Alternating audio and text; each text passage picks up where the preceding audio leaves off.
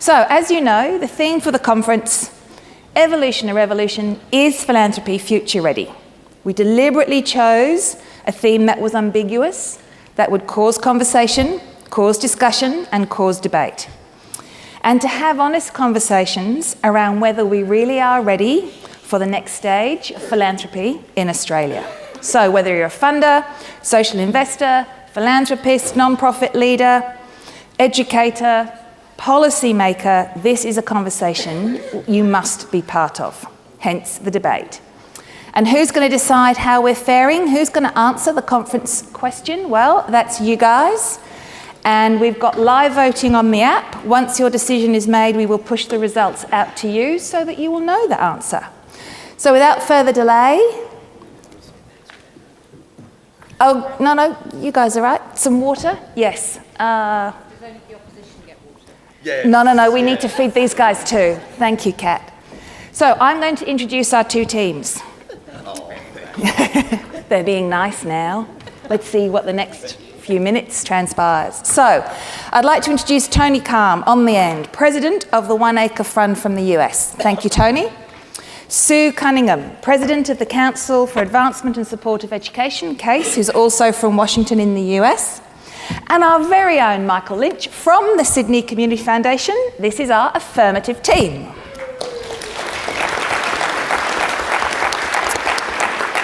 And for our negative team, we have Cat Fay, who is the National Manager of Philanthropy and Non-Profit Services for Perpetual Limited.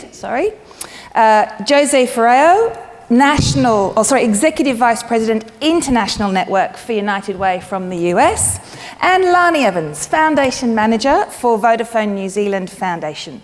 The rules are very simple. This is a traditional debate with alternative, affirmative, and negative speakers. Each speaker has 5 minutes. I have a stopwatch and a bell. I'm a bossy what's it, and I'm going to ring that bell. At the end of the debate, you will vote to identify the most persuasive set of arguments and the most compelling team presentation of those arguments. May the best side win, and so please can we have our first affirmative speaker? Oh no, stay there. Tripped us.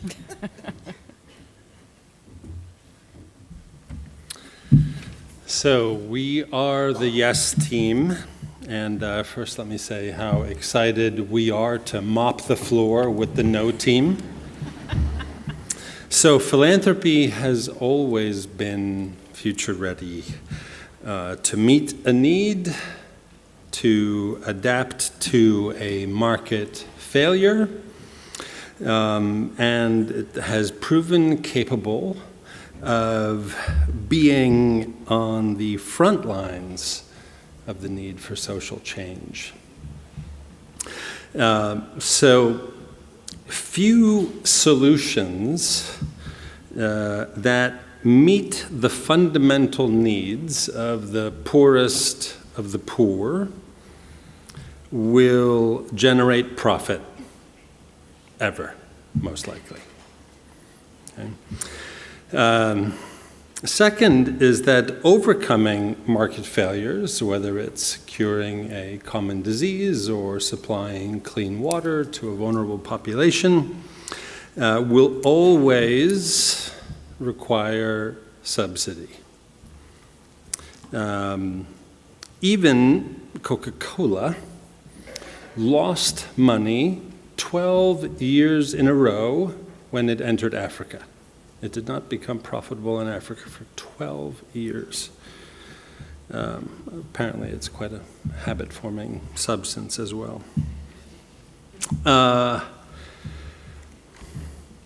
So, that said, it takes subsidy, it takes philanthropy, when addressing the poorest of the poor, to do the R&D, to launch a business, to build a market, and sometimes even to deliver a a product or service over time. So delivering at a price point the poor can afford will always translate into the smallest of margins. 3. There's only 4, just so you know. 3 is that revenue does not equal profit. It is a mistaken idea. I'm just anticipating your first point. It is a mistaken idea that if an organization has a revenue stream, that organization can be catapulted into profitability and even deliver for-profit or even somewhat below market returns. 4th and finally, the drive for profit and not for philanthropy can drive organizations off mission. All talk of double and triple bottom lines aside, there really is only one bottom line: impact or profit.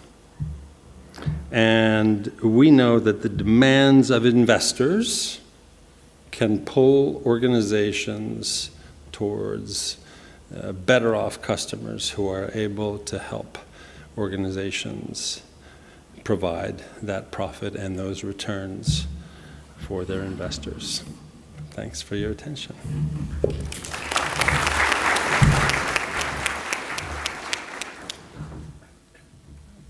Kia ora koutou. In 1985, when I was still very small, Marty McFly travelled through time and landed in 2015. His version of the future promised many glorious things, and while the world has delivered on some, like self-tying shoelaces, it has failed to deliver on others. The Jaws franchise has not yet reached 19 movies, and flying cars are sadly not commercially available yet. But most importantly, Marty McFly never became my boyfriend. Philanthropy, like Back to the Future, is stuck in an outdated paradigm. And like Marty McFly, it's been thrust into a world that it doesn't understand and isn't ready for. Philanthropy isn't ready for today, let alone a fast-paced, complex, citizen-centric future. We posit that philanthropy has been following Doc's instructions. Don't talk to anyone, don't touch anything, don't do anything. I argue that in order to be future-ready, we must democratise philanthropy, bringing transparency and accountability to the fore, embracing diversity, and investing in beneficiary engagement and participatory design. Our second speaker will examine philanthropy through a social justice lens, arguing that in order to be future-ready, we must examine our own values, our own behaviour, and truly unpack the ways in which philanthropy has failed to be the radical disruptors we promised to be. And finally, our third speaker, Kat, has been tasked with risking lifelong friendships and future working relationships by destroying our opposing team and summarising our arguments, creating a pathway towards the future. Because while the potential is huge, we are not yet future-ready. We live in a democratising world where blockchain technology allows us to record transactional truths, where data commons allow us to share and monetise our own information, and where we crowdsource knowledge through hubs like Wikipedia. We're moving from top-down power structures to systems of democratised sharing and participation, but philanthropy is lagging behind. To be future-ready, we need to embrace participation, engage with citizen knowledge, and not just because the world expects to participate, but because it's actually better. It's better because diversity in decision-making, because it brings diversity in decision-making. And despite what you're thinking as you look around this room, philanthropy is not a diverse sector. A 2014 study found that 87% of boards and trustees were Caucasian, 62% were male, only 2% identified as being from the rainbow community, and less than 1% were disabled. In the US, 90% of board members are over 40, and 75% of foundations don't have a diversity policy. And it matters. It's not about hitting quotas or pandering to political correctness. It's about making better decisions. And while other sectors have jumped on board, philanthropy has lagged behind. Social and expertise diversity generate conflict, forcing people to articulate and examine their assumptions. And it matters because who is in the room affects who we fund. Researcher Jasmine McGuinness found that homogenous boards are echo chambers, more likely to fund organisations already within their personal and professional networks. That means that communities that have been historically excluded continue to be so. And that's not the future we're shooting for. Participation connects people, it acknowledges their knowledge, it educates them on what good grant making looks like, and it follows the most important sentence in the UN Charter of Human Rights: nothing about us without us. As a sector, we struggle to innovate. We invest very little in R&D, and the power structures in our relationships prevent us from accidental encounters with critical feedback. And we move slowly. The DeLorean had to travel at 88 miles per hour to get to the future, and philanthropy is at nowhere near that speed. To keep up, to be relevant, to do our work, we must move, as Mervyn Meccano from Black Lives Matter says, at the speed of trust. And we can't do that until we trust the communities we're funding into, and until they trust us. And why would communities trust us when transparency and accountability are a one-way street? We demand robust accountability, but offer nothing in return. It's as though we expect non-profits will spend all of our money on hoverboards if we're not looking. And while we monitor their spending with vigour and precision, we ourselves are not answerable to the communities that we influence. We are closed books in an open book world, power holders in a paradigm of sharing. To be future ready, we need to be willing to hand over power to communities in deep and supported ways. We need to build a philanthropy that is humble and accountable, and that fundamentally believes that communities will do good if we give them the tools and the opportunities. Back to the Future taught me that every leap through time requires a bolt of lightning, and philanthropy will never be future ready until we take a deep breath and step out into the storm.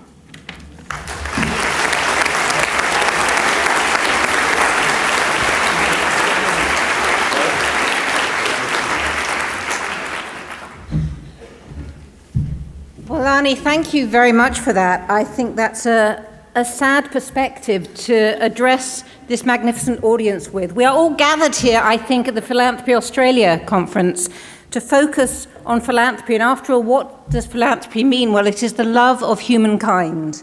The love of humankind, of understanding the vitality and the importance that can be achieved and the impact through philanthropy. The notion that transparency is not something that there is a firm and strong commitment to, when we witness every day the magnificent reports and outcomes and impact of the work that is being done in the for-purpose sector, is magnificent. And showing lovely film clips is lovely, but of course that isn't the real world, and we here are all in the real world. So thank you for your points.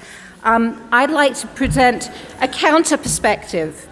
Odette Excel spoke magnificently this morning, I think you'll all agree, and one of the things she talked about was that traditional philanthropy is pioneering, and of that there is no doubt.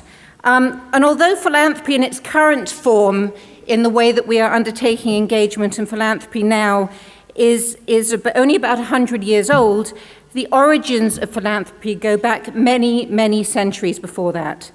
Now, my experience over the last few years is in education, and what I want to do is provide you not with lovely film slides and clips and stories, but evidence, hard evidence, of why the affirmative argument is the argument that I know you will all be supporting today, because you imbue the importance of philanthropy and its future readiness. And in some respects, the nature of giving requires us to be future ready, because it is human nature to want to give.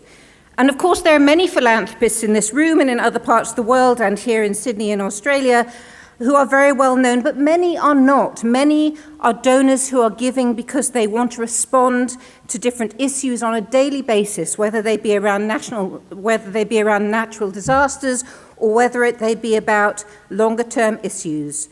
Donors invest most significantly when they're engaged with the institution's vision, which is all about delivering the future. Philanthropists and philanthropic organizations, thanks to a combination of technology, collaboration, ambition, and vision, are increasingly nimble and increasingly bold to counter 21st century problems. I mean, if I give you some evidence, perhaps, the Giving Pledge, established by Warren Buffett and Bill and Melinda Gates, a commitment by the world's wealthiest individuals and families to dedicate the majority of their wealth to philanthropy. There is a steady increase in giving annually if we look across the educational sector. If we look, for example, at a survey done of UK universities, the total giving to UK universities, an illustration of the future readiness by the growth in philanthropy, grew 8% on the previous year in 2014-15 to £860.9 million sterling. If we look at evidence in Australia and New Zealand, annual fund dollars raised to the universities surveyed have increased 30% in the last 3 years. Those are people giving regularly and at a level of commitment that is meaningful to them. New funds raised in that sector are over $400 million to the universities who participated. And in the US, where there is, as we know, a strong tradition of investing in education, the total amount of gifts in 2015 was $57.48 million to education in the United States. If that doesn't prepare for future readiness, I don't know what does. Also in the US, our organization does a fundraising index asking institutions what they think the next year will look like and what the past year has been like. For 2015-16, they saw a 4.5% increase and anticipate 5.2% increase in those investing because they believe in the importance of the future and what philanthropy can bring. If we come back to these shores, major philanthropic campaigns undertaken in the educational sector are an illustration and evidence of a belief and conviction in the future. The University of Melbourne, which launched a campaign to raise $500 million by 2017, doubled that goal because of the immense success and impact and involvement and engagement of donors. The University of Sydney increased their goal for their campaign from $600 million to $750 million. And the University of Western Australia projects to raise $400 million by the end of 2017. These are all investments because philanthropy is future ready. And governments, in turn, appreciating the vital role that philanthropy has to play in many parts of the world, have created matching funding schemes. To conclude, I would argue that not only are these illustrations of the impact philanthropy is having today and tomorrow in traditional but also in pioneering ways, there are any number of very pioneering mechanisms for giving. You talk about engagement and broad engagement. If you look at the ALS Ice Bucket Challenge, where hundreds of thousands of people of the world participated, if you look at the tradition of days of giving with profound engagement and involvement, all I would say is so long as we continue to think big, think new, steward donors, and show results like this, philanthropy will continue to be future ready. Thank you.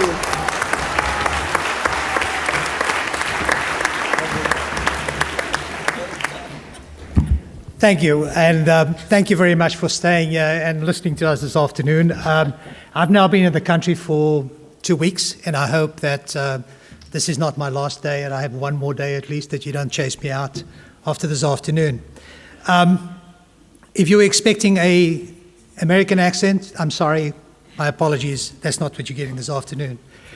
As you heard from Lani, philanthropy, like Back to the Future, is stuck in an outdated paradigm.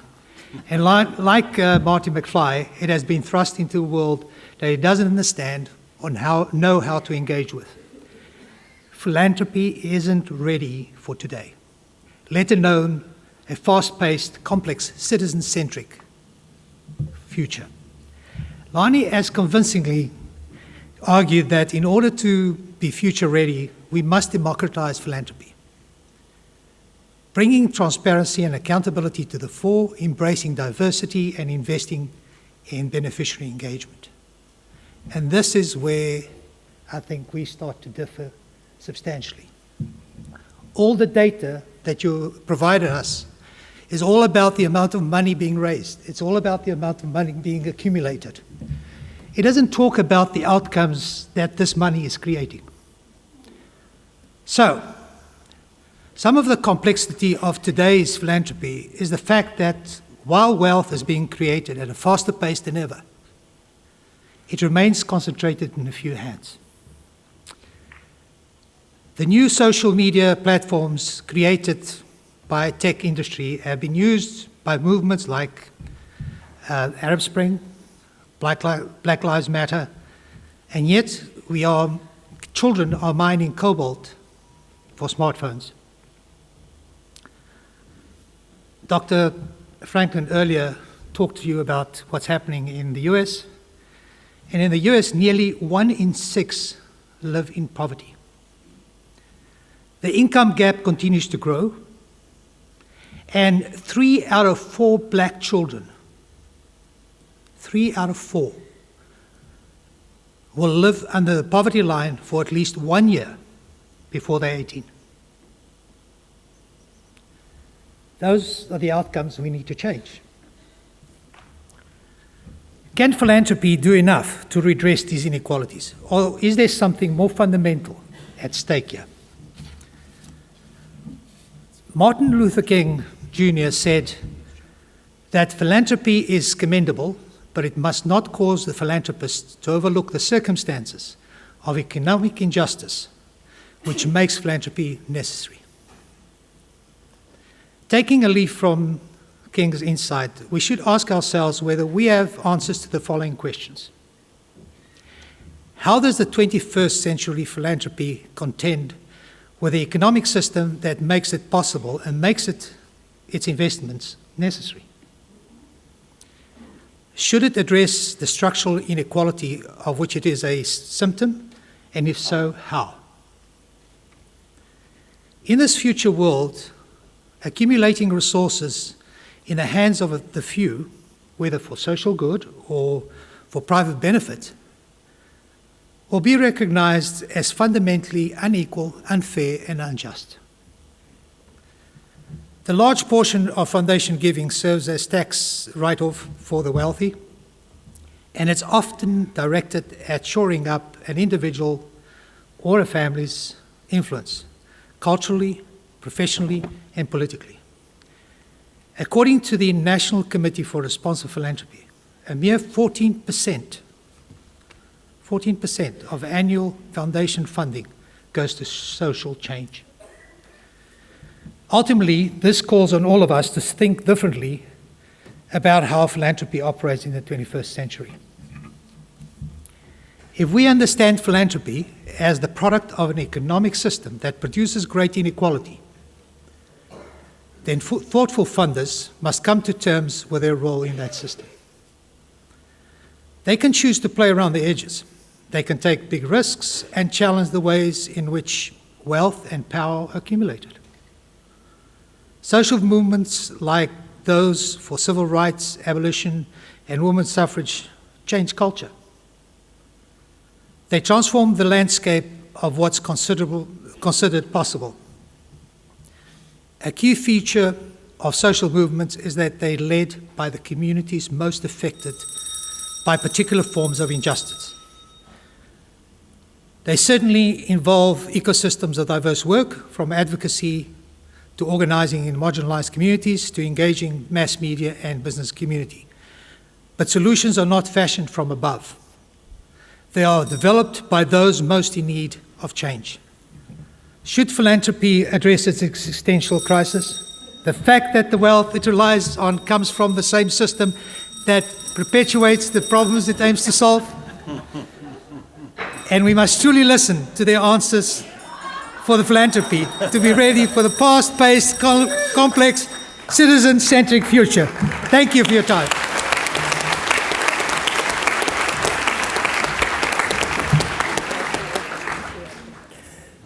My simple task is to try and understand what my colleagues on my left are proposing. It seems to me that they are damning philanthropy as the cause of all human evil, of all the failures, of all of the governments of the world, of all of the institutions. So I speak to finalise the case for the affirmative on behalf of the tree huggers, the dinosaurs, the disabled, the climate change believers, Indigenous Australia, the oppressed and the poor, and the polio victims. And I reference the polio victims because without philanthropy, where would we be? I got polio in 1953 in Australia in the last epidemic that hit Australia. I watched last year the killing of the people administering vaccines in Pakistan, and it converted me to the belief that I should spend the rest of my reasonably starry career working for the benefit of people via the mechanism for philanthropy. I've always believed that philanthropy is something more than the tech wizardry around us, or the latest fashion in financial gimmickry, whether it be impact investing or social venture capitalism or any of those other mechanisms.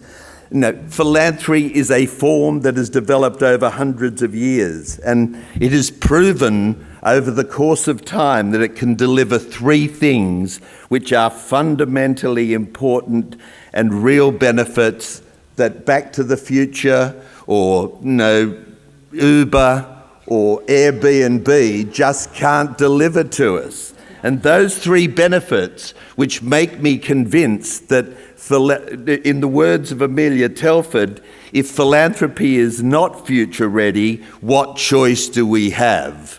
And the three benefits which I think are incredibly important is that we can, through the work that you do, with whichever side of the equation you're on, we can deliver the one thing that we most want in this crazy, crazy world: a good night's sleep, a happier life, and an unobstructed path to heaven or its equivalent. And on that basis, with the greatest respect to my colleagues, I think we have to believe and we have to stand up and say that philanthropy must be future ready, or otherwise, as a community, as a country, and as a world, we're in deep shit. Thank you.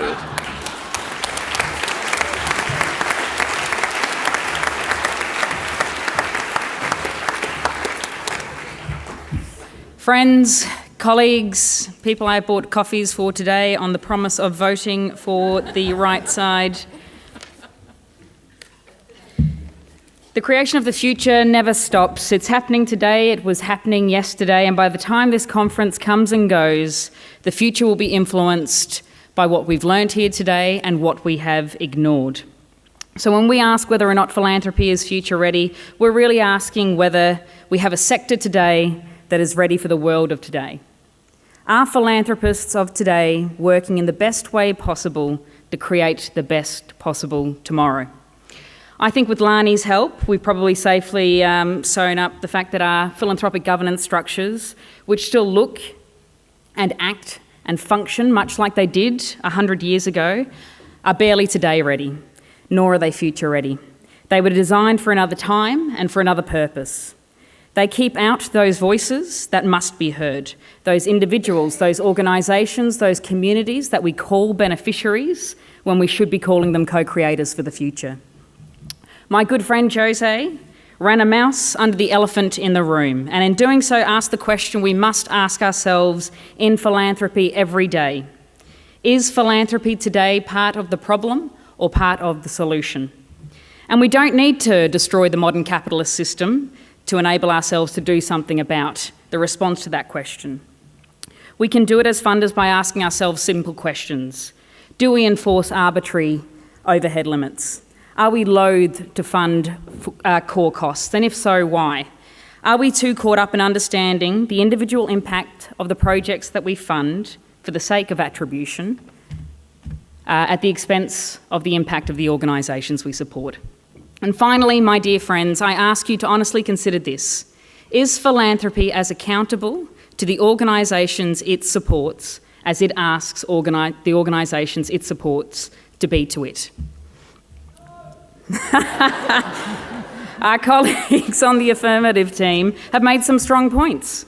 Growing the pool of philanthropy, it's wonderful, but in doing philanthropy well, I posit this: it is as hard to do well as it is to get Sue Cunningham off the stage.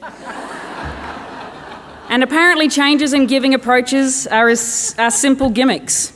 I suggest that such an attitude is actually a failure to acknowledge an important point, because we On the negative team, we agree that there are change makers out there who are driving change, transparency in their work, using their resources for good. But here's the thing. Those individuals do not see themselves as being part of philanthropy or the future that our current philanthropic sector is trying to create. And far too often that's because they've been excluded. When they think about philanthropists, they think about this. Biff. They see Biff.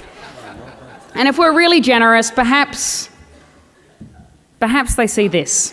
Perhaps they see Doc Brown, an older gentleman of means, looking to propel us into the future, but by the time we actually get to the hysterical Back to the Future Part 3, he finds he's happiest in the past.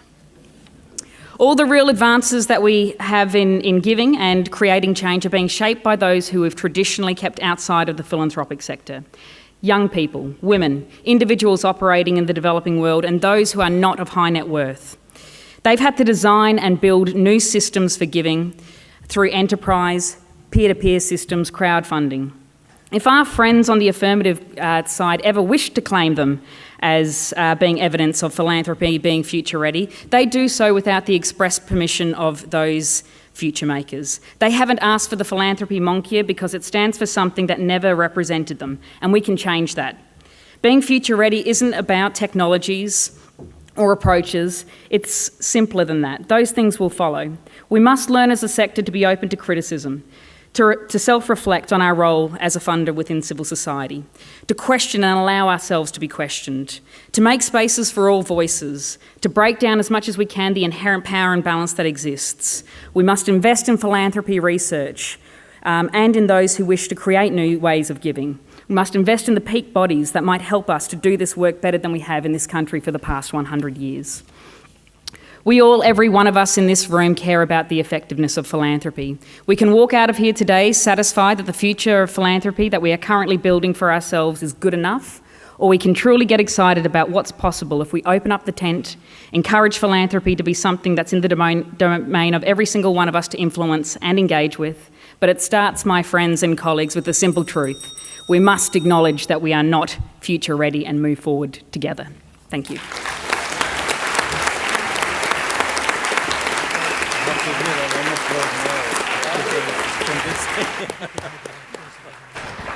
Fantastic. Oh, I love a good debate. Thank you so much for that. Really appreciate it. And as we had trans-global teams, thank you for the logistics of preparing your cases across the world.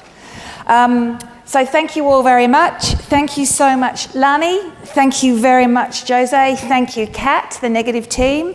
Our affirmative team, Tony, Sue, Michael, thank you. Do we have app polling results? Oh, 6 o'clock it closes. Oh, bugger.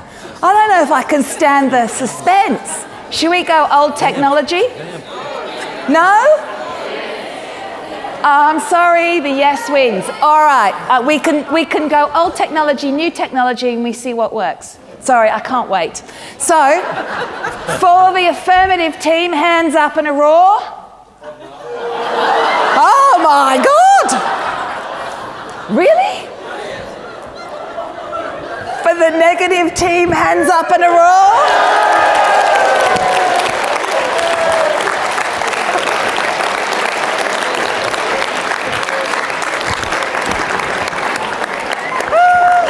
Well, all I can say is thank God you're here and thank God we've got a conference about doing something about it. So we have gifts for all of you. Vanessa will share. Thank you so much, Tony, Sue and Michael. Thank you. Thank you, Lani, José and Kat. So, thank you very much. You can stay there if you like.